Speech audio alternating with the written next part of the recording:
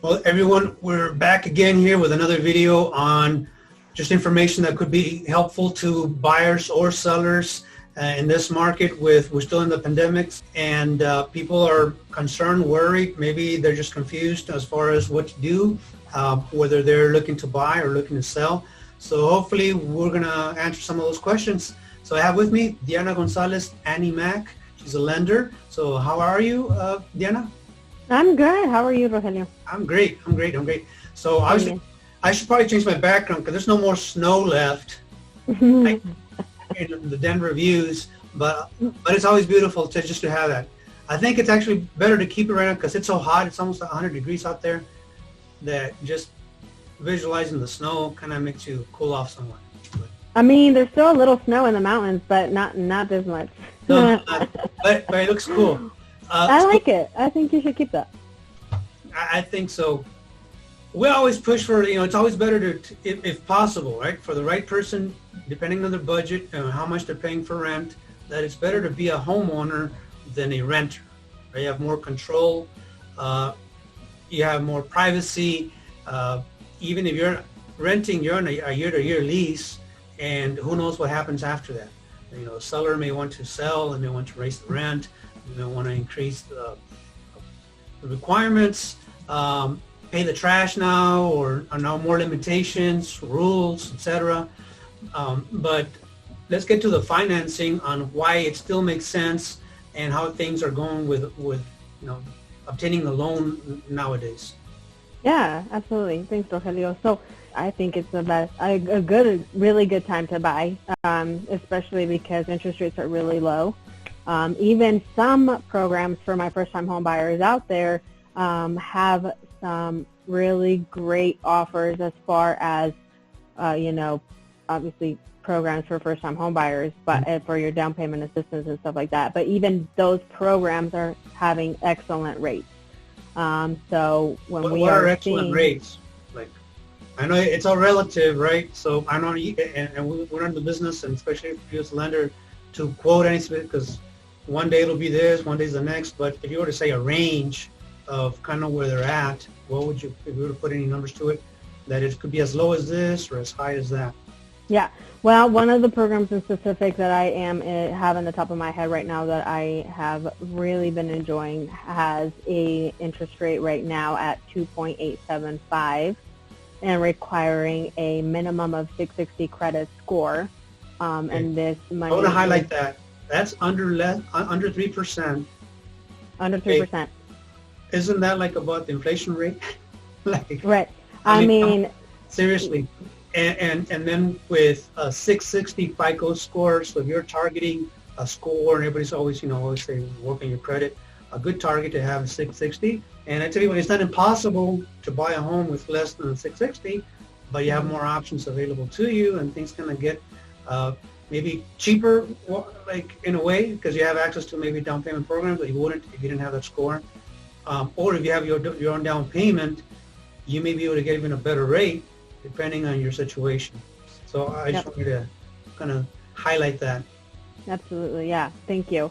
So normally, again, we hear it a lot, but it's always good to repeat, right? The minimum down payment requirements typically start at how much would you say for a first-time home buyer? 3 to 3.5%, 3% conventional.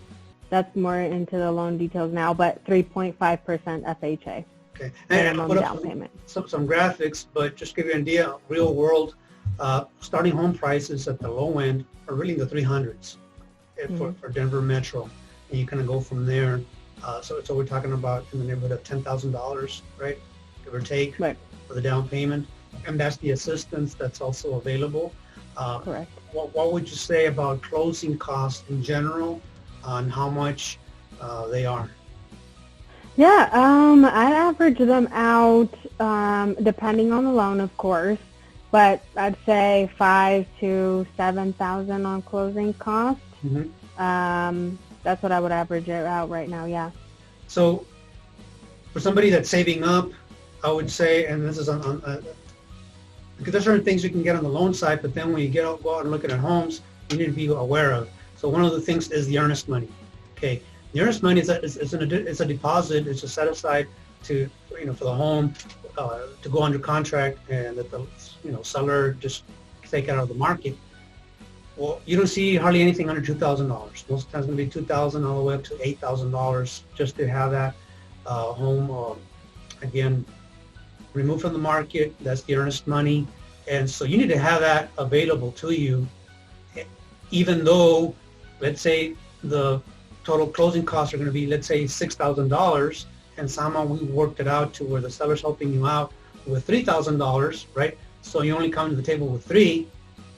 Well, you already put those $3,000 maybe as earnest money, so you're really coming out with just needing, just a little bit of money, not the entire $6,000. So there's workarounds for that. How about FICO scores? We already talked about the 660, but we talk about trade lines. How many trade lines, or does it matter? How long have they had the accounts? Have they closed them? Are they active? Car loans? Any recommendations or advice in regards with keeping up with your credit and bills, or those kinds of expenses? Yeah, absolutely. I mean, not necessarily. Of course, try to not pay over 30 days late. And if you were affected, during those times and not being able to pay your bills or anything that's on your credit report, and you were over 30 days late on a credit card or anything, if you talk directly to the creditors, you are able to get that late payment removed. It's important not to have late payments right now, especially because those really knock you down at least 30 points. So there is no specific time or history on how old your credit report has to be. But as long, as you have, I'd say right now, everybody, and not just Annie Mac, but every mortgage company out there has been very strict on their guidelines as far as credit qualifying now. So I say just, try to stay on top of, making your payments. And if you can't, definitely talk to the creditor. They have solutions right now they put in place for people that need help. And then keeping it at a 660 credit score. And so I know we talk about using like Credit Karma, Mint, or just going straight to the bureau's annual creditreport.com, just so that they know what's going on, and that would be their consumer credit. So it's not going to be the same as what you look at, right? Because you use a mortgage scoring model that, Right. It may be a little bit different on what the consumer sees, but it gives you an idea, what's going on, and not be surprised by any late fees or something that you didn't even know were there, and things like that do happen. So definitely good to stay on top of those things. But I want to finish off with, the situation with the pandemic. First on my end, with the market, it hasn't slowed down really. Maybe at the higher end prices, over $500,000, there's definitely more negotiation go down, more price adjustments. It's really competitive still, under 400,000. So the expectation is still to be strong as much as you can on financing, if you're able to qualify for conventional loan, that's preferable typically over FHA financing. And maybe you can talk a little bit about that. But I still haven't seen a decline in prices yet, especially on the lower end of prices. But homes are being shown.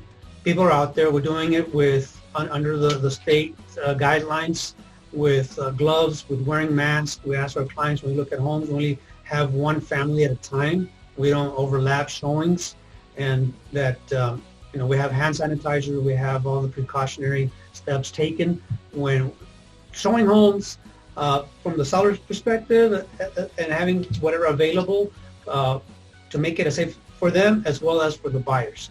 So that's just what's going on. It's still, business is still happening. It's basically the bottom line. We're just doing things carefully. Absolutely, yeah. I mean, I have been, I have been reached out a lot by people that want to buy right now. They think it's a good idea, which I completely agree, just because, like I said, interest rates are low. And it's I mean, I know there's a lot of people that are being very precautious about the times that we're living in, but I mean, if we saw what happened in 2008, the people that stuck through, paid their mortgage, right now, I mean, their equity is to the roof. I mean, They got the benefits of hanging in there. Absolutely. And not giving up. So, sure.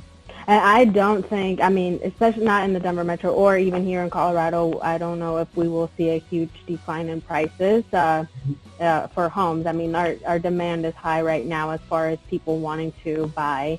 There really isn't that much out there for.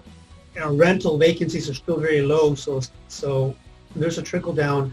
If there's a lot of vacancies, landlords couldn't rent out their homes, people weren't looking at that, and it wasn't really competitive, then it would translate into the real estate buying and selling market, and so because it's still really competitive as renting. It's also in the buying side, and maybe have other points that we can have a conversation about at another time.